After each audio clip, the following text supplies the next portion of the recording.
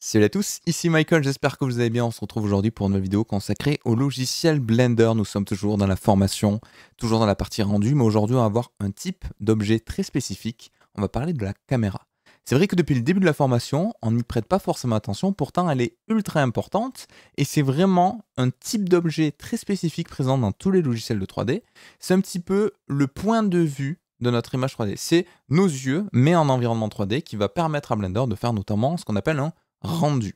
Alors la caméra, c'est quoi? C'est quelque chose qui est situé ici, qu'on peut sélectionner juste là, qui va vraiment avoir des réglages spécifiques pour ce type d'objet qu'on ne va pas retrouver ailleurs. Ça, on verra dans la vidéo suivante, quels sont les réglages de la caméra.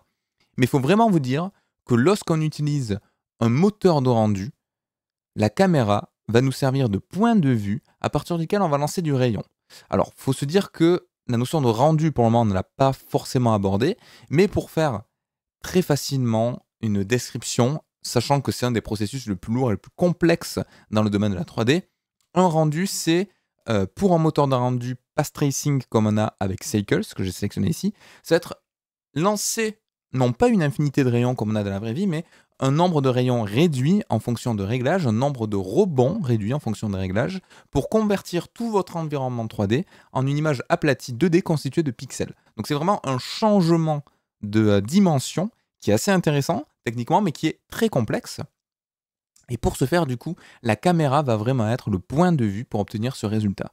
Donc globalement, Blender ou tout autre logiciel de rendu va compiler toutes les informations de ma scène, que ce soit la géométrie, les shaders, les lumières, les simulations, etc., etc., pour vous fournir une image finale qui va encapsuler toutes les modifications que vous avez fait dans votre scène et qui va retranscrire tout ceci, toute son interprétation sur une image 2D. Un peu complexe dit comme ça, vous inquiétez pas, on verra des scènes un petit peu plus avancées sur lesquelles je vous montrerai vraiment comment se comporte un rendu, les rebonds de lumière, comment ça fonctionne, etc., etc. Donc, dans la vraie vie, il faut se dire que les rebonds de lumière sont infinis. En 3D, on ne peut pas se le permettre. Donc, ce qu'on fait, c'est que c'est la caméra qui va lancer les rayons. La caméra, c'est un petit peu vos yeux, comme vous avez dans la vraie vie. C'est vraiment le point de vue. Il faut se dire que ce qui serait beaucoup trop lourd, c'est de faire le même process qu'il y a dans la vraie vie. Dans la vraie vie, on a une infinité de rayons et certains atteignent votre œil, c'est ce que vous voyez.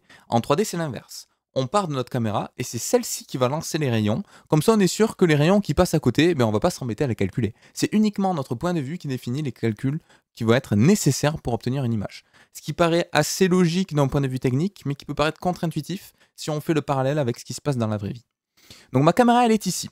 Qu'est-ce qui se passe si je fais un rendu? Pour faire un rendu, on a deux solutions comme d'habitude, le raccourci visuel, le raccourci clavier. Je vous conseille de connaître le raccourci clavier parce qu'on va l'utiliser tout le temps.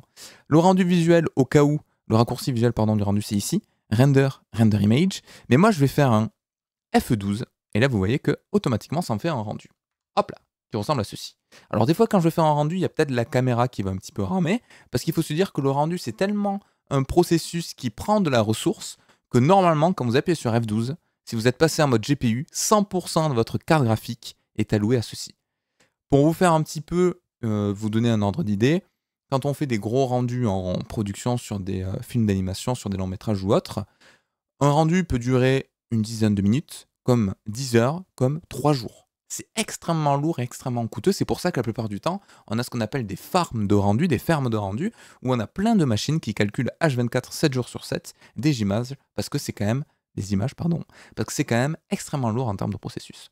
Mais là, voilà ce qu'on a. On a bien une image qui a été calculée. Là, mine de rien, Blender, qu'est-ce qu'il a fait? Il a lancé des rayons, il a fait rebondir des rayons pour savoir où était la source de lumière, en fonction d'un comportement différent basé sur la géométrie, basé sur le matériel de ma surface. Tout ça, c'est pris en compte et compilé par Blender. Par contre, on s'aperçoit d'un truc. C'est que si je me mets ici, par exemple, en vue de côté, on pourrait se dire, voilà, c'est super. Je veux convertir ça en rendu, donc j'appuie sur F12. Et en fait, pas tout à fait. Vous voyez, à chaque fois, systématiquement, Blender, il prend une vue spécifique, et c'est pas anodin. Cette vue, elle n'est pas définie au hasard, elle est basée sur la caméra. Alors, vous pouvez faire un rendu de la viewport, au passage, si jamais ça vous intéresse. Vous pouvez aller dans View, et View Render Image, et là, il va vous faire une sorte de screenshot. C'est pas vraiment un rendu, mais c'est une sorte de screenshot de votre viewport. Alors, il y a d'autres astuces pour faire un véritable rendu basé sur la vue. On le verra juste après. Il faut créer une caméra à la volée. On peut le faire. Donc comment je fais maintenant si je veux passer en vue caméra? Parce que 1, c'est vue de face, 7 de dessus, 3 de côté, etc. etc. Ben, on a une touche spécifique pour passer en vue caméra. Il suffit d'appuyer sur la touche 0. Et vous voyez que quand j'appuie sur la touche 0, si je rouvre avec F11, raccourci ultra intéressant, mon ancien rendu, là vous voyez qu'il a overridé ça. Mais si je fais un F12, je fais un petit échappe pour annuler. Hop là, si j'appuie sur F11, vous remarquez que si je passe en vue caméra, c'est exactement la même chose, du moins le même point de vue. Donc on n'a pas le même éclairage, c'est tout à fait normal. C'est qu'en viewport, par défaut, on est en mode approximation, on est en mode solide. Souvenez-vous, si je passe ici en mode render, là pour le coup, je suis censé avoir quelque chose qui est beaucoup plus proche, voire quasiment identique en fonction des réglages de rendu que vous avez mis. Tout ça pour vous dire que Blender, systématiquement, il va utiliser la caméra comme point de vue d'un rendu. Et là, vous allez peut-être me dire, ok, pas mal, mais déjà, comment on manipule cette caméra? Alors, il y a plein de possibilités. Mais avant ça, on va voir qu'est-ce qui se passe si on a plusieurs caméras. Parce que là, c'est bien beau, on a une caméra qui est ici. Mais si j'en rajoute une autre avec Shift A, caméra. Déjà, par défaut, elle est à l'intérieur de mon cube. Donc, pour la manipuler, c'est assez simple. C'est exactement le même raccourci que sur les objets classiques. On a G pour grab, donc pour déplacer la caméra. On a R pour faire des rotations. Et on a S, mais je vous le déconseille, ça sert à rien, ça va juste flamber un petit peu le réglage. On ne peut pas scaler véritablement une caméra. Et là, si j'appuie sur 0 pour faire un rendu, enfin pour passer en vue caméra, systématiquement, il va rester sur celle-ci. Alors on pourrait se dire, je vais devoir la supprimer, et comme ça, il va comprendre que ça, c'est la nouvelle caméra active. Oui, mais c'est pas pratique. Blender nous donne la possibilité d'avoir plusieurs caméras dans une seule scène. Encore heureux, comme ça, si je veux faire plusieurs rendus avec une vue de perspective, une vue de côté, une vue de dessus, tester différentes POV, on peut le faire. Blender, il a un code visuel pour vous indiquer quelle caméra est définie en tant qu'active. Le code visuel, le petit repère, c'est le triangle qui est en haut de la caméra. Vous voyez que la caméra que je viens de rajouter, elle a un triangle qui est vide, donc ce n'est pas une caméra active, alors que l'ancienne caméra a un triangle plein, noir, donc ça c'est la caméra active. Comment je fais si je veux définir cette caméra en tant que nouvelle caméra active? Je vais la sélectionner, je ne vais pas faire 0, parce que ça repasserait sur l'ancienne caméra qui est active, mais je vais faire CTRL 0. Et CTRL 0, vous voyez qu'automatiquement, je passe dans ma vue caméra. Si je ressors avec le clic molette et que j'appuie sur 0, ça va bien repasser dessus. Et vous remarquez également que le triangle est bien rempli ici. Donc je peux passer ici, je peux appuyer sur G pour la déplacer, et voilà ce que j'ai. Petite astuce, si je veux la faire slider, donc zoomer ou dézoomer, entre guillemets, c'est pas vraiment un zoom avec une lentille, mais c'est un déplacement suivant la normale de mon objet. Je peux faire G et 2 fois Z, et vous remarquez que ça fait bien quelque chose sur une sorte de droite infinie de ma caméra. Alors ça, c'est quand même pas très pratique de travailler tout dans la même vue. Vous voyez, là, je pourrais appuyer sur 0, faire G, Z, Z, ça ferait un zoom, effectivement, c'est pas mal, du moins un travelling selon un petit peu comme si on avait un rail dessous, mais c'est pas très pratique. Moi, ce que je vous conseille la plupart du temps quand vous positionnez des caméras, c'est par exemple splitter votre vue 3D en deux. Ici, passer en mode caméra sur la droite, voilà, par exemple. Je peux zoomer un tout petit peu, voilà, comme ceci. Tac, j'appuie sur 0. Et vous allez voir qu'en temps réel, bien évidemment, tout est synchronisé. Donc si je sélectionne ma caméra de gauche et que j'appuie sur G, vous voyez qu'en temps réel, je peux voir ce que ça donne dans ma vue caméra. C'est quand même beaucoup plus pratique, notamment quand on va vouloir faire des rigs de caméra un petit peu complexes, avec des contraintes par rapport à ces objets, avec un rail qui va suivre certains éléments, avec ce qu'on appelle un track to, donc pour faire pointer ma caméra systématiquement vers un objet. Ça, c'est ultra pratique. Et là, vous voyez, si je fais un G, Z, Z, ben, à la fois, j'ai le repère visuel de la distance dans l'espace 3D juste au-dessus de moi, voilà, dans la vue 3D, et en même temps, de l'autre côté, là-bas, j'ai dans ma vue 3D, en temps réel, quelque chose qui va s'ajuster. Donc, je vais pouvoir faire un changement de position, un changement d'échelle avec GZ. Imaginons que je veuille le shooter avec une sorte de contre-plongée, ça peut être un bon exercice, parce que ça vous fait manipuler un petit peu toutes les rotations de caméra. Là, je peux faire R, X, X. Pourquoi je fais XX? Parce que je veux quelque chose qui a une translation locale. Ça, on peut très facilement le voir en cliquant juste ici en mode Rotate. Vous voyez que par défaut, on est en mode World, donc ça va me faire pencher ma caméra. Sur la caméra, j'aimerais bien avoir une rotation véritable basée sur les coordonnées locales de mon objet. Donc je peux passer ici de global à local, et vous voyez que là, je peux bien avoir un changement correct. Et c'est le raccourci clavier, il est très simple, c'est 2 fois la touche de l'axe au lieu d'une seule fois. Si je fais R, X, c'est mon X en World. Voilà, si je le fais une fois. Et si j'appuie une deuxième fois sur X, vous voyez que c'est une rotation locale. Donc là, On est super. Tac, je repasse ici en global, comme ça a bien fonctionné. Et si je veux faire une contre-plongée, je vais aller par exemple par-dessous, je fais un RXX comme ça, et là si je fais un F12, vous allez voir que je vais bien avoir le rendu venant du dessous. Donc c'est parfait. C'est exactement ce qu'il y a dans ma vue 3D. Donc ça, c'est quand même assez intéressant de splitter votre vue. Si vous avez plusieurs écrans, c'est encore mieux. N'oubliez pas qu'avec le raccourci Shift et clic sur un coin, vous pouvez facilement détacher un panneau, le mettre sur un autre écran si ça vous intéresse. Bon, moi, je me force à travailler sur un seul écran. Pour l'enregistrement, c'est plus simple. Sinon, ça nécessiterait des montages. Ce serait un petit peu compliqué même pour vous de suivre. Donc ça, c'était pour le multicaméra. On a un autre élément qui est quand même assez pratique et qui du coup ne nécessiterait pas forcément de travailler en multi-affichage, mais je pourrais tout simplement, je vais faire exprès de supprimer ça, imaginons que vous ayez un petit écran, du coup vous ne pouvez pas vous permettre de splitter une vue en deux, ou tout simplement vous n'aimez pas splitter des éléments, ça peut arriver, il y en a qui travaillent comme ça, vous avez un mode qui s'appelle le Camera to View.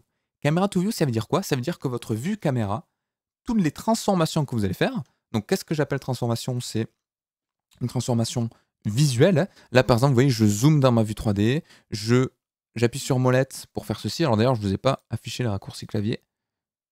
Tac. Il fait juste que je refresh, il y a des petits bugs des fois. Donc clic molette, ça permet de faire ça. Shift plus clic molette, ça permet de faire du padding. Voilà, la molette tout court, ça permet de zoomer. Donc vous avez à peu près tout ça. Bon, je pense que le plugin de raccourci clavier, d'une version à l'autre, il est cassé. Ne vous inquiétez pas. Bon, les principaux sont là, mais s'il y en a qui sont un petit peu zappés, c'est pas très grave. Là, le but de la vidéo, c'est pas vraiment d'avoir le raccourci clavier, mais de voir comment fonctionne la caméra. Donc tout ça, ce sont ce qu'on appelle des transformations un petit peu visuelles, du moins des manipulations de la navigation dans l'environnement 3D. Mais j'ai une option dans Blender, et qui est présente aussi dans la plupart des logiciels de 3D, qui est assez intéressante, c'est ce qu'on appelle le Camera to View. Camera to View, c'est quoi? Si je vais en haut à droite dans mes options, dans Item, Tool, View, troisième, j'ai quelque chose qui s'appelle Camera to View. Et là, vous voyez que visuellement, il se passe quelque chose. Quand je clique ici, ça met des sortes de pointillés autour de ma caméra. Là, ça veut dire quoi? Ça veut dire, attention, tous les changements que tu vas faire dans ta vue 3D vont impacter la caméra. Donc si j'appuie sur ma molette, que je déplace comme ceci, si je zoome, si je me redéplace avec Shift, et que je désactive ma Camera to View, la nouvelle position de ma caméra, c'est celle-ci. Donc ça, c'est quand même intéressant.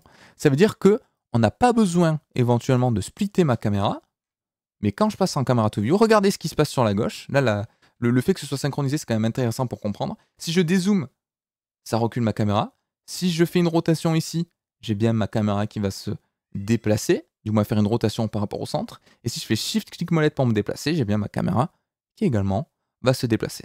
Donc là, la double vue est intéressante pour comprendre, mais elle n'est pas forcément intéressante pour travailler. Là, avec ça, en théorie, vous pouvez cadrer ce que vous voulez. Alors, il y a des cas de figure où on va préférer utiliser les transformations physiques de la caméra, donc faire ici un G pour déplacer, une rotation ou autre. Mais dans d'autres cas de figure, le Camera to View marchera tout aussi bien. Donc, c'est à vous de voir en fonction des cas d'utilisation. Et enfin, il y a une dernière option qui est quand même ultra intéressante, qui se rapproche un petit peu de celle-ci. C'est, imaginons que là, je sois, hop là, juste ici. Je pensais être en Camera to View, mais en fait, je ne l'étais pas. Mais j'aimerais bien avoir, par exemple, cette vision-là. Et là, je me dis, mince, là, tout ce que j'ai fait dans ma vue 3D, c'est perdu parce que j'ai oublié d'activer le Camera to View. Pas de problème. On a un raccourci clavier, CTRL-ALT-0, qui permet de créer une caméra basée sur votre vue. Là, vous voyez, j'ai bien une caméra qui vient d'être créée, et elle est bien basée sur la vue que j'avais actuellement. Alors, ça ne fait pas vraiment une création de caméra, donc c'est un petit peu la chose qui est un peu contre-intuitive, c'est que ça vient réaligner l'ancienne caméra active sur ma vue. Donc pareil, je vais passer en mode double caméra pour bien comprendre. Imaginons que là, je me mette ici. Regardez bien ce qui va se passer sur la vue 3D. Ça va me déplacer cette caméra selon la POV que j'ai juste là. CTRL-ALT-0, paf. Vous voyez, la caméra active a été déplacée et ça me l'a mis avec le bon cadrage. Donc pardon, j'ai dit que ça crée une nouvelle caméra. Non, ça ne crée pas une caméra, ça vient déplacer l'active selon la vue. Donc c'est exactement l'équivalent de si vous aviez activé le Camera to View et que vous aviez fait les transformations. C'est si, par hasard, vous avez oublié d'activer le Camera to View, et ça va forcément vous arriver, ou même sans ça, hein, des fois vous allez travailler, vous allez vous dire ah, en fait, là, cette vue, elle serait pas mal pour mon rendu. CTRL-Alt-0, ça la crée. Donc c'est le Align Camera to View. Ça vient l'aligner automatiquement, et après vous pouvez réajuster, bien évidemment, il n'y a aucun problème sur ça. Donc voilà, c'était pour les paramétrages de base de la caméra. On n'a pas trop parlé de la partie technique parce que c'est quand même assez complexe, hein. Mais dites-vous que là, à chaque fois qu'on lance un rendu, Blender, lui, il vient lancer plein de rayons ici basés sur la caméra. Il va calculer les rebonds pour savoir d'où viennent les sources de lumière, quels sont les éléments proche de l'élément, combien de fois il doit rebondir, etc., etc. Tout ça, on le verra dans notre vidéo sur l'optimisation de rendu qui sera peut-être un petit peu plus technique. Donc tous les gens qui sont là pour le côté plus artistique, ça va peut-être moins les intéresser. Mais ceux qui veulent comprendre un petit peu de ce qui se cache sous le capot quand on fait un rendu 3D de Path Racing, peut-être que ça vous aidera à comprendre certaines choses. Donc j'espère que ça vous aura plu. La prochaine vidéo sera consacrée au paramétrage de la caméra, parce qu'on ne les a pas vus aujourd'hui. Aujourd'hui, c'était vraiment les bases de la manipulation. Prochaine fois, on ira dans cette petite option-là, qui peut être assez complexe. On verra les bases. On va pas tout voir parce qu'il y en a beaucoup. Il y a des choses qui sont vraiment basées sur de la physique, comme des longueurs focales, des FOV, le f-stop, le depth of field, etc. Le motion blur. Il y a plein de choses qu'on peut voir. Qu'est-ce qu'une perspective? Qu'est-ce que de l'orthographique? Tout ceci, on le verra la prochaine fois. Ne vous inquiétez pas, et on verra des exemples concrets sur les cas d'utilisation de la caméra et comment on les gère. J'espère que tout ça vous aura plu. Je vous dis une bonne formation et à très très vite. Ciao tout le monde, à plus.